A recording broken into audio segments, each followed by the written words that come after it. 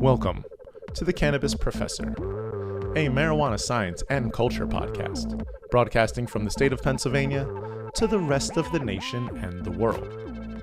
Well, my name's Scott. I'm your professor. Thanks very much for joining me today, my friends. Now, in this episode, we're going to take a look at some new legislation introduced here in Pennsylvania that could expose a potential Russian weed conspiracy going on here in America, and it could also just take down the largest cannabis company in the world. Oh yes, it does kind of sound more like a plot for like a James Bond film, right? Agent 00710 on the job in Her Majesty's Secret Weed Service. But before we start, just for some clarification, we're going to be talking about some interesting conspiratorial-like info. And I also happen to work for a separate large cannabis company called Verano.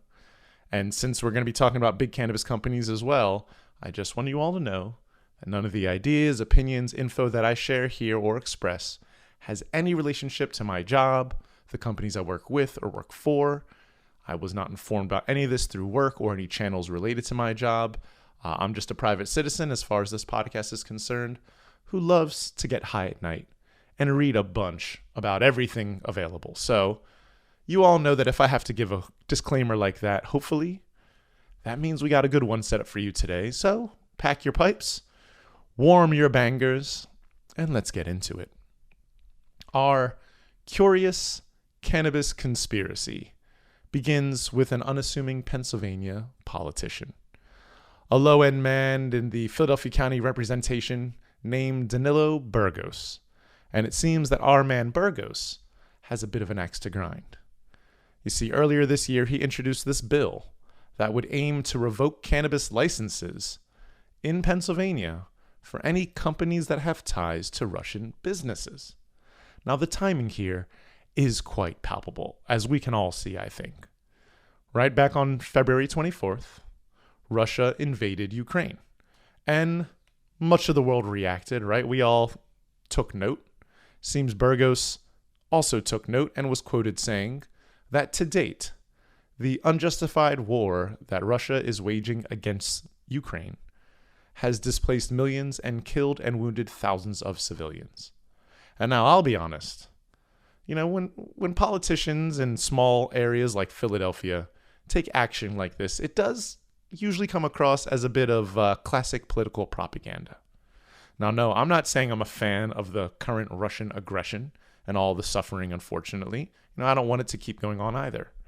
But, randomly introducing a bill in Philadelphia to kick Russians out of Pennsylvania medical marijuana does seem like a hell of a stretch, my friend. It does make me wonder, exactly what is this man smoking on that gave him the idea that we're so connected, right? Because that is some crazy inspired paranoia I think we're used to hearing from our probably most involved weed friends. Now, this is a bit of pandering to the general anti-Russian sentiment that's currently, I'd say, getting more popular because of the conflict in the Ukraine, or in Ukraine, I should say. Now, of course, we all have a little bit of these old echoes from the Cold War, and this falls right in line with those. But it's honestly a common social tactic that shows up periodically beyond just the Cold War idea. It's kind of like an awkward xenophobia. Now, some folks out there may be old enough to remember the last time this sort of happened. It was right around the year 2003. You may remember ordering freedom fries at one point instead of French fries. I know it does probably seem like a really silly fever dream, especially after COVID. But nope, it was a real thing that actually happened, right? As the U.S. was on the verge of waging war in Iraq, right? War seems to be a theme here. France actually stepped out and opposed America's invasion strategy.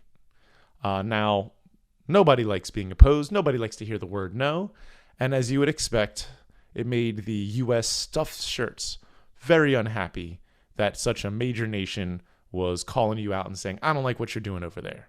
So, in a bit of social retaliation, starting with a man called Neil, the trend of French fries being called freedom fries started in his own restaurant, a place called Cubby's in North Carolina.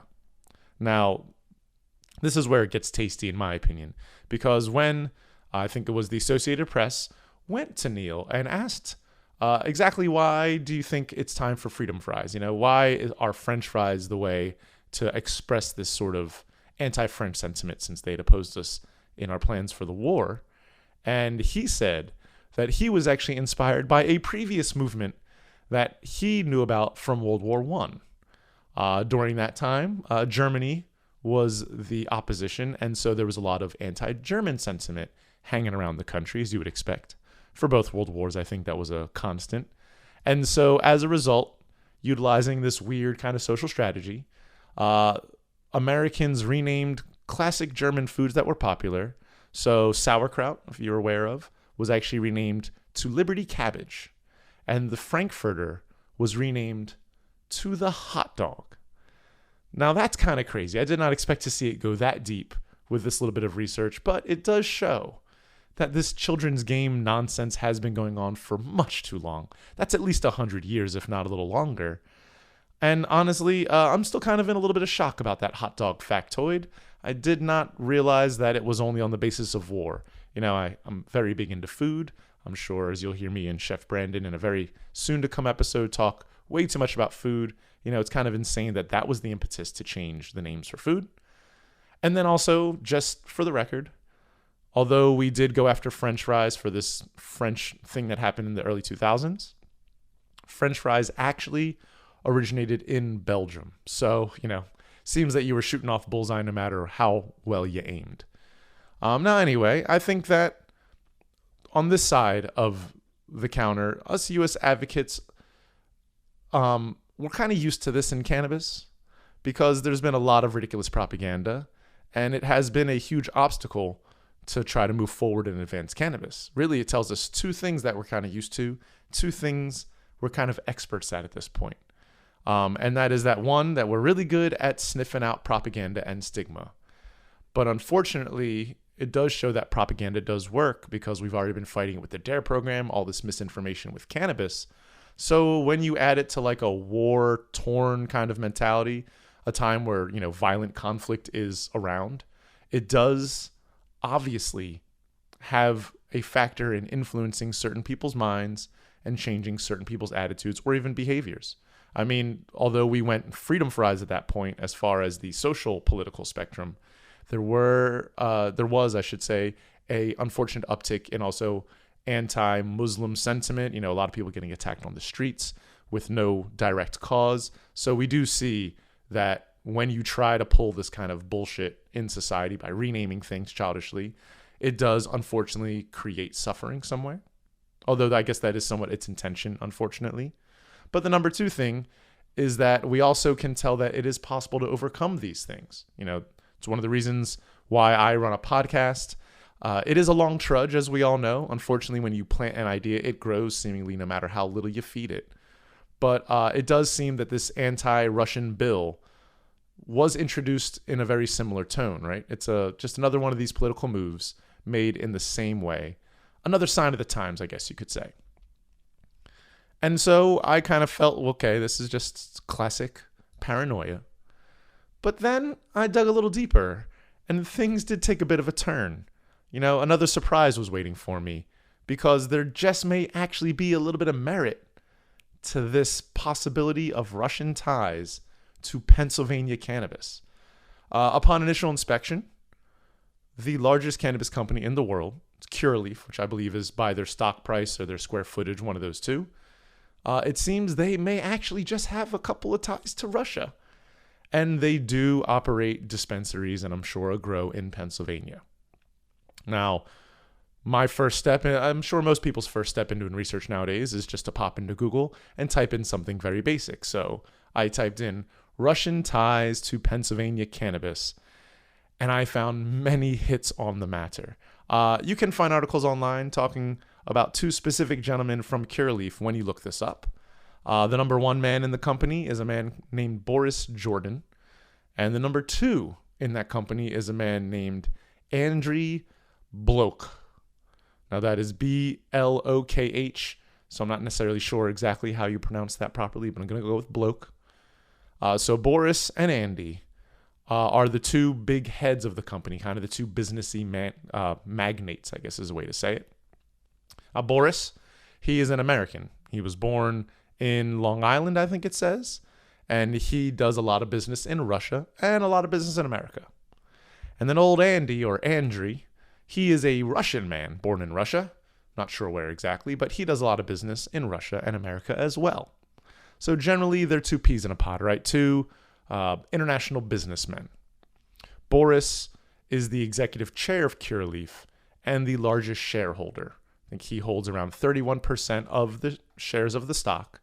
And as I mentioned, he is a born and raised American citizen of Long Island, New York variety. Now, Andriy, on the other hand, Russian-born and owns 20% of the stock, or 22 maybe. So together they own a little more than half, it seems, of Cureleaf. And Andriy is worth over $700 million. So when we're talking business, we're not saying like shoestrings and bubblegum level business. We're talking billionaire sort of business. And for a little more background, well, Boris, he spent several years in the 90s and the early 2000s working in Russia, Europe, all over the place, obviously. And so he currently is involved in several businesses in the spectrum of the Europe, Russia, US sort of triangle. Now, the other man, Andriy Bloke, well, starting in 1998, he actually served as the president of a Russian oil company called Sibneft. This is a company from which apparently other Russian oligarchs, a man named Roman Abramovich, also derived a chunk of what seems to be his $12+ billion fortune. Once Andriy was at Sibnet, he and a partner consolidated Russia's dairy industry. Did not realize that would be such a close relationship, but it was called Unimilk, or One Milk, and they merged with a company called Danone, I think it was a French company, in 2010. But more so, what this is really saying is just these folks have been making some serious coin for a very long time. You know, well before cannabis, I would say, was within view of something that was going to be worth making money off of at this point. However, as I did more and more research, I found articles dating all the way back to 2019 talking about concerns in America with Russian money flooding into the U.S. cannabis market. You know, from Cali to the East Coast, it was obvious that there were outside actors coming into this market. Now, it wasn't clandestine at the time. From what the information showed, what they mentioned was because banking in America is so tough with cannabis due to the Schedule I federal substance issues and the fact that you can't really use banks traditionally, there's a need for investment. There's a need for capital, right? Everything runs off money at this point in history. So where are you going to get enough money from if you can't get a bank loan to be able to finance your company? Well, you're going to look elsewhere, right? To international investors, folks who don't have to worry about banking because they have more money than some banks. They have more money. I mean, 12 billion, that's probably more than like a collection of countries. So one reason why they were even part of this thought outside of just profitability, right? We all know cannabis is going to be an amazing market over time, but the main thing is because of this kind of weird loophole in America where you can be in cannabis, but you can't be in cannabis from a banking standpoint. So it did create the opportunity for these sort of weird things to happen. And seemingly, this is a theme, you know, finding money from other areas in the world. You know, this is not the first time it's happened in America in a burgeoning resource market. So, with that being said, you know, these connections to Russia are obvious, but the big question is, like, are they bad connections? Are they, you know, negative? Is there some level of, you know, I guess, conspiracy happening underneath that's going to leave us all in a much worse state? Well, that was the thing I could not find much on. You know, a lot of the ties that these gentlemen had to Russia dated back, 10, 15 years. They consistent with a lot of this business. And so the connection to Russia was making quite a big noise. So much so that Cureleaf actually released a statement earlier this year on their website trying to address these rumors. You know, obviously right after the conflict hit and Russia started attacking Ukraine, a lot of people, much like myself, internet warriors, ran to the internet to see what they could find. And the big sort of wager here is, if they were found to have a connection, if they are riding dirty on some Russian coin, then they might just be subject to some of those economic sanctions you've heard about in the news. And this seems to be a way, I guess, a lot of governments, without pulling a trigger, without actually doing something directly anti another country, a lot of times you just pinch the wallet, right? You say, you can't have any gas, or you can't have any oil, or you can't have as many cars or bales of lumber. And so these economic sanctions could screw Curaleaf financially, because it could muck up the flow of cash, right? And we all know you need that flow of cash to be pretty liquid. And also that means mucking up the operations. Now, Curaleaf said that because their two leaders are U.S. citizens, right? They both hold citizenship and passports. They are not subject and cannot be subject to U.S. economic sanctions. And funny enough, as I was looking around, there was another website that said, although they are U.S. citizens, that doesn't mean that U.S. citizens have not been subject to economic sanctions. Now, you can tell kind of in the way I'm speaking that this is not really an area I have a lot of expertise. International economic law is interesting, but I wouldn't say I have a huge handle on it. And so can they or can't they be sanctioned? I'm not sure. I'm sure there's somebody out there with a couple letters behind their name who could fill us in. If you happen to be one of those folks, by all means, DM me on Instagram at the Cannabis Professor. I'd love to hear an expert let me know a little bit more about this. But both of these men with Russian ties do have their U.S. citizenship. So ideally, that should mean no worries on the side of Curaleaf. And so these articles dating back to 2019, talking about Russian money being a part of the U.S. cannabis market, well, it seems there was some conspiracy back then as well. Because one was called, As Russian Money Poured into Cannabis, Giuliani allies scrambled to partake. Russian investors have flocked to the U.S. cannabis industry in recent years. And one venture involving associates of Rudy Giuliani, right, a conspiratorial-laden name we hear a lot of, drew the scrutiny of federal investigators. And so it's things like this that start to show us that there may be other things to consider. Maybe the money was spent fine once it came into the country, but that doesn't mean there may not be some smoke and mirrors to understand. But there's another side to this coin, right? Because we do have to respect the modern internet nowadays, and there is a bunch of misinformation posted whenever something big happens, right? So naturally, Russia attacked the Ukraine in February, and right away, Twitter and other social media lit up with a lot of quotes saying that Russia owned Curaleaf and that Curaleaf is Russian weed. And I think we could all imagine exactly how easily that would land, right? The internet seems to be geared towards negative conspiracies. And if I were to say something truly strange, like, the title of this episode, it's a great way to sort of siphon clicks out of the internet and get more people to look at whatever you're doing. The bigger, the crazier, the more insane, number one in the world kind of thinking, the more likely people are going to spend time on your social media or your website or whatever you're trying to get their attention towards. And, at this point in internet history, I think we're all hyper aware of this spike of misinformation. So although we do have to kind of siphon through the flood of digital madness, it is something I think we do have to do daily. And so as you dig into these two gentlemen's histories, it's obvious that they're deeply involved with a lot of Russian money.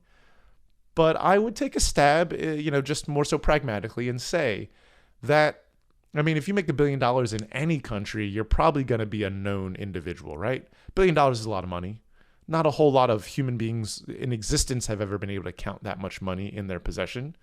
But I imagine making that much, it almost requires some level of being influenced or creating influence on others, because $1 billion is $1 billion, right? Now, that doesn't necessarily mean conspiracy.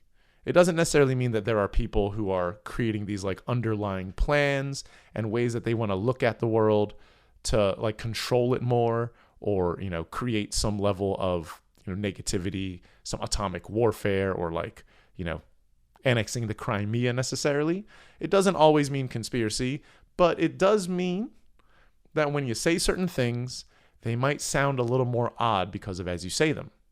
So in 2007, our man Boris said in an op-ed in the Washington Post that he apparently was a big fan of Putin's sweeping parliamentary victory at the time. He said, I quote, that quite simply, Russians support their president because he did something rare for a politician. He delivered. Now, that was 15 years ago, right? So that might not age well. What was Putin doing 15 years ago versus 15 days ago? Very different things, potentially. But he went on to say that Russia today is a resurgent economic power with the 10th largest economy in the world. 80% of the economy is privatized, according to the accounts chamber of the Russian Federation, and the country is flush with oil, having overtaken Saudi Arabia as the world's leading producer.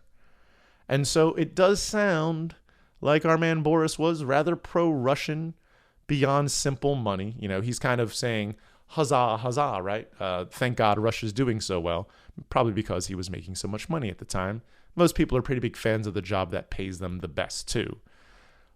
However, there was more. When Curaleaf describes their second largest shareholder, the man Bloke, they call him a successful retired consumer packaged goods entrepreneur who is not active in the company. They say he is a U.S. citizen who holds a Russian passport. And I think that is a very weird way to say that he is Russian-born and has gained U.S. citizenship and has a passport. The language is just a little awkward. It sort of sounds like a lawyer wrote it, or somebody who was like a handler, because it does sound like they're trying to say as little as possible. They're not describing his wealth. They're not describing the length of his relationships to Russia. They're really straining it down to like the most basic language you can afford. And over my short but hopefully full lifetime, I have found up to this point that when there is a problem, details usually help solve problems. When there's a problem, most people say, what's going on exactly? What's happened up to this point? Get me up to speed so I can help with this problem. So that kind of sometimes means that when people remove details purposefully, it is sort of an interesting tactic, right? They're not trying to solve problems. And it makes my canna sense tingle, like something shady might be nearby, but I'm just here to provide the details. I'll leave the final judgments up to you out there in the audience. Feel free to look into this on your own time, and by all means, collect some data, draw your own conclusions.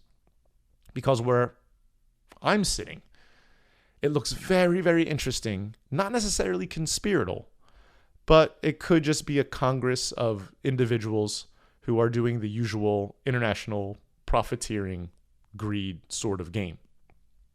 I do think that it will be very, very curious to see what happens if the Philadelphia County Rep Danilo Burgos does get his way and his bill comes to form, because one of the craziest things about our modern legal system is that although it does seem very evidence-based, although it does seem like, we take the time to make sure the right judgments are being made, it is very hard to say how things will end up.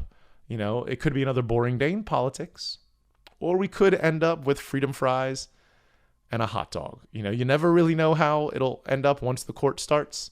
And with especially celebrity news, right? Anybody keeping up with the Amber Heard and Johnny Depp story, it can be a hell of a circus before the tent closes. So I'll keep my thumb on this report. I don't know if we'll see too many things happen, but it will be interesting to know. And my friends, that is all I have for you today. Thank you very much for listening. Just a little information on what very well may be a strange James Bond kind of story about Russia, weed, and some crazy American politics. If you have anything to say, if you have any reactions or anything you'd like to hear about, by all means, hit me up on Instagram at thecannabis.professor. For a good source of CBD, check out chillfrogscbd.com and use code Professor30 at checkout to save 30% on any of the products that they sell. Until next time, my friends, be sure to grow knowledge and extract truth. This is the Professor